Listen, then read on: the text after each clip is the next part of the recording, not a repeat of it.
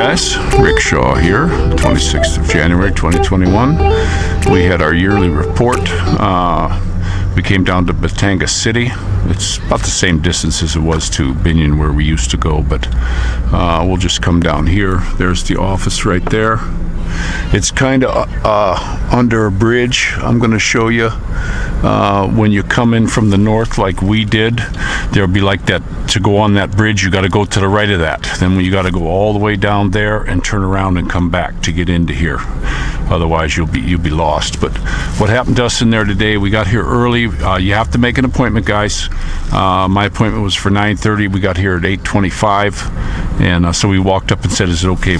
Can we come in now?" And they're sure. There wasn't too many people in there, so they said, "Sure, come on in." Very nice people, very helpful. But then when I was in there, they came back and said, "Oh, you didn't pay for 2014." And I'm like, well, wait a minute here. If I didn't pay for 2014, they would have, I paid every single year since I've been here, never missed. I was late one year. I think that was in 2016. And we paid a fine for that. I did a video on that. But I said they wouldn't have let me. They would have caught it on 2015, 2016, 2017, 2018, 2019, 21, all the way to 21. And I didn't have all the receipts. I just bring the last year's receipts. So something that you should do is if you have any receipts, just stick them in your passport, because you got to bring your passport and your IRC card. Make sure you leave all your receipts inside the passport. When I get home, I'm going to put every receipt I got inside the passport, because right now it's the only time I'm using it is to come here. So just know that could happen. Could happen to you. Just to get it done with, I'm not going to fight it. Just gave them the extra 310 pesos and got it paid. And the folks in there, I'll tell you what, super nice people. You're not going to run into a better bunch. They're very, very accommodating and nice. They explained everything out, and it's like, okay, well, we'll just pay it. So it was $620 this year, and I know we paid every year since I've been here, right, Faye? Yes, we never missed paying since we've been here. So I don't know how that glitch got in the machine. The guy kind of did take offense. I said, well, there's something wrong with the machine, and he took it like he did something wrong. No, I'm saying the system. There's something happened in the system. So that's the way she goes. So I'm going to let you go for right now, and this is a Rick Shaw, and when I get down to the end of the road, I'll turn the camera around so you can see how to get in here. Yeah, guys, this is me again. That's how the road goes back there. Get the door open, and you gotta go to the right over there. Don't get up on the highway. And the other thing my wife was saying, when I left in 2016, why didn't they catch it even then? When I left in 2016 and went for my heart work, you think they would have caught it then, but now they're just catching it. So I don't know if it's a gouge or not. Something that they put into the system. Let me know if any of you guys ran into anything like this. It just seems really odd to me. But we probably do have the receipt at home. We never. My wife doesn't throw any receipts out. It would be in my file. So when we get home, we're going to look. But I'm telling you, we've gone every single year. And for them not to catch me in 2015 all the way to 2021 until now, 2022, it just seems really odd. So this is Rick Shaw out. All right, guys, here's a little bit of our ride. We're coming out of Batangas. Back behind us, there was a lot of construction sales, like a Kubota dealer and big tractor sales. So this is out in the province of Batangas. I think there's a lot of farmland or something back here. You don't see the construction like in our area around here. Not too much. I've seen some destruction on some buildings already, but not a whole lot. But this, we could get on the highway and be here and get off at the exit and be right by the immigration. If you come here, I don't exactly know which exit it is, but if you look on MapQuest, I'm sure you would get off at the exit and just follow it off to the right, and you'd be right at the thing. We like to come up through town just to look around, like there's Nandogs, and just to see what's up out here. There's a place there. I don't know what that is. A lot of cool places around here.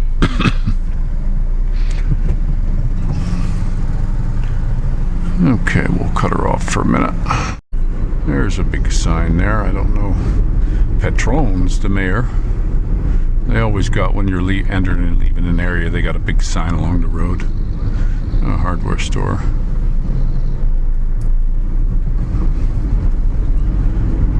Yeah, we had coming up here, we had a crippled guy on crutches just cruise right out in the street. I know he's got a cross, but you don't just walk right in front of a speeding vehicle. This was like 50 kilometers per hour. And yeah, it's just a bummer. I think maybe not only was he physically handicapped, but I think he was mentally handicapped too. I mean, if I was crutches and crippled, there's no way I'm going to walk in front of a car doing 50 kilometers an hour. But, that's what he decided to do in front of me. I don't know. Very strange. But this isn't a bad ride down here. The only place we hit traffic is at Lipa. Once you get outside of Lipa City, it's a nice road to drive along. Lots of little places to eat, you know, and lots of businesses around here. I don't know if that Feed Corp. Look at that. Kind of cool.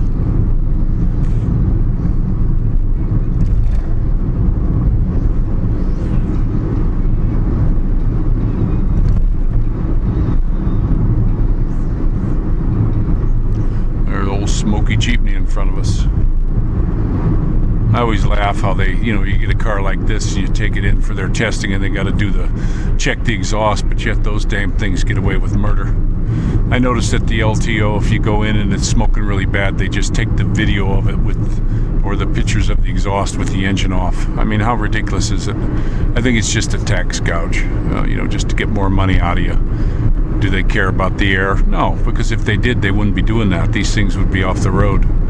So, but they're not gonna take them off, and it would screw the poor Jeepney owner and Jeepney drivers. You know, and look what would happen to the fares too. It would have to go up if you got to buy brand new vehicles. It would just really kill this place. But you know, they make a show like, oh yeah, we're gonna go ahead and do the smoke belching. We really care. And then they shut them off if they smoke too much. It's so funny.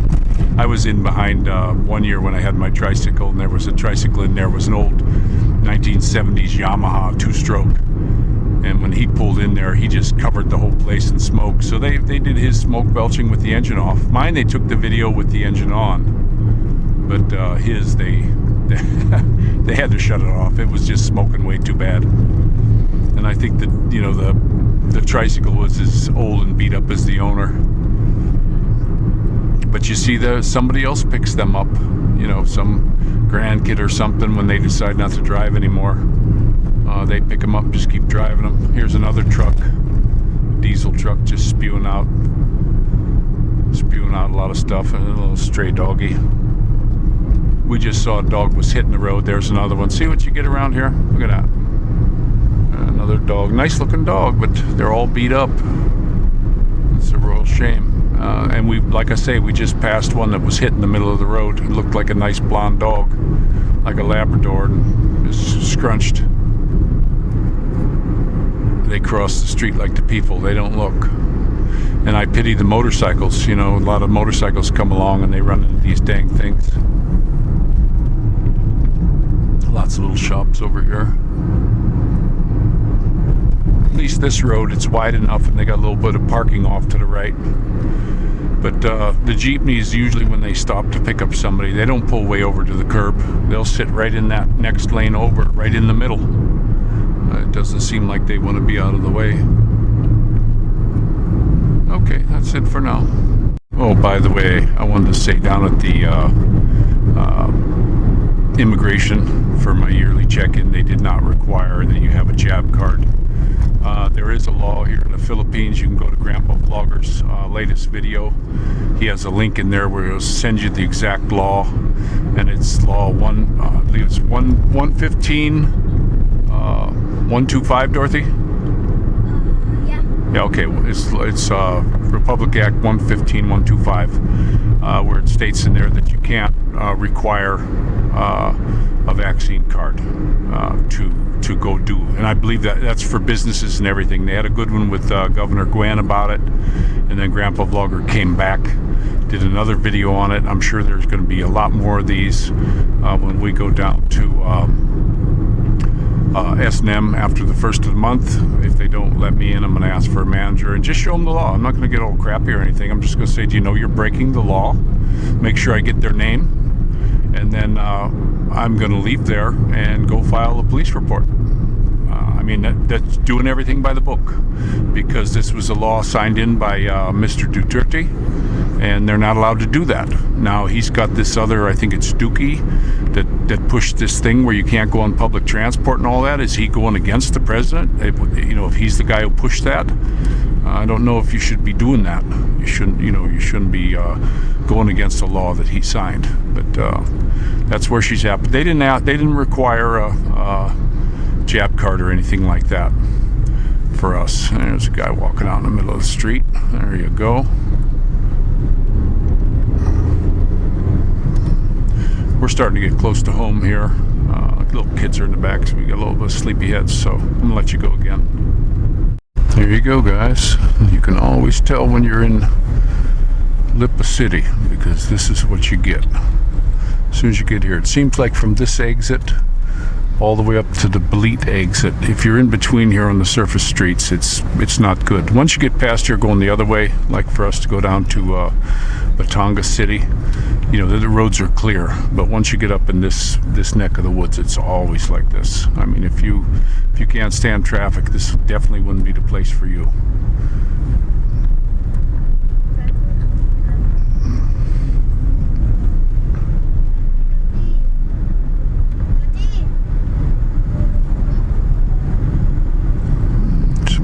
There. A lot more stuff here, though. It all depends on what you want, if you're willing to put up with this. But see, we got a SM mall and all this kind of stuff, and now they're telling us we can't even go in it. So what would be the point? If we knew this was going to go on with all this boot on the neck kind of stuff, we'd have never come down here. We'd have been out in the province somewhere, because we can't take advantage of any of this stuff anyway, because they just don't want to let us in. And do I think this is going to go away? I don't think it's ever going to go away, guys. They've got us this far. They never backpedal. They just keep marching forward on your rights and whatever. And even though there is a law here in the Philippines that said they can't mandate this thing, and it's against the law to do so, they don't care. They're going to do it anyway. That's just because it's here, and it's not just here. They're doing it all over the world with this crap. So we're not going to. It doesn't seem like we're ever going to get out of it. I'm actually to the point where I don't believe it's going to happen.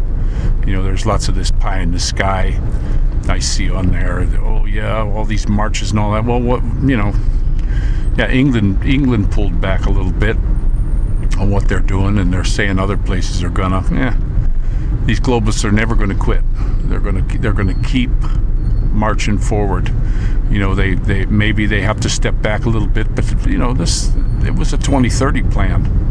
So this was maybe just a test run and they'll regroup to see a better way to do it. And the next thing, it's going to be the big round spinning ball getting warmer. That'll be their next tack. I'm sure of it. And they'll lock you down because of that. Because holy cow, you might go outside in the air and fart. They'll probably make you put filters all in your house, to keep that from getting out. And then they're going to say, oh, the exhaust you breathe is bad. It's all a terrible bad thing, so you're not even allowed to breathe anymore. That's what I think is coming next. That's going to be the big plan. And of course now they're releasing the deadly monkeys in Pennsylvania. You think that was an accident? That was a release, and they're going to do it again. And then you got Fauci. They're doing all kinds of baloney stuff on the news. They're saying, oh, this guy, he's got a bad rating, and that guy's got a bad rating. But every news thing you say, but Fauci's got such a wonderful approval rating. Everybody loves him. Guys, get on there. Anybody who's out there watching, whichever side of the aisle you're on, let me know if you really think that guy's okay.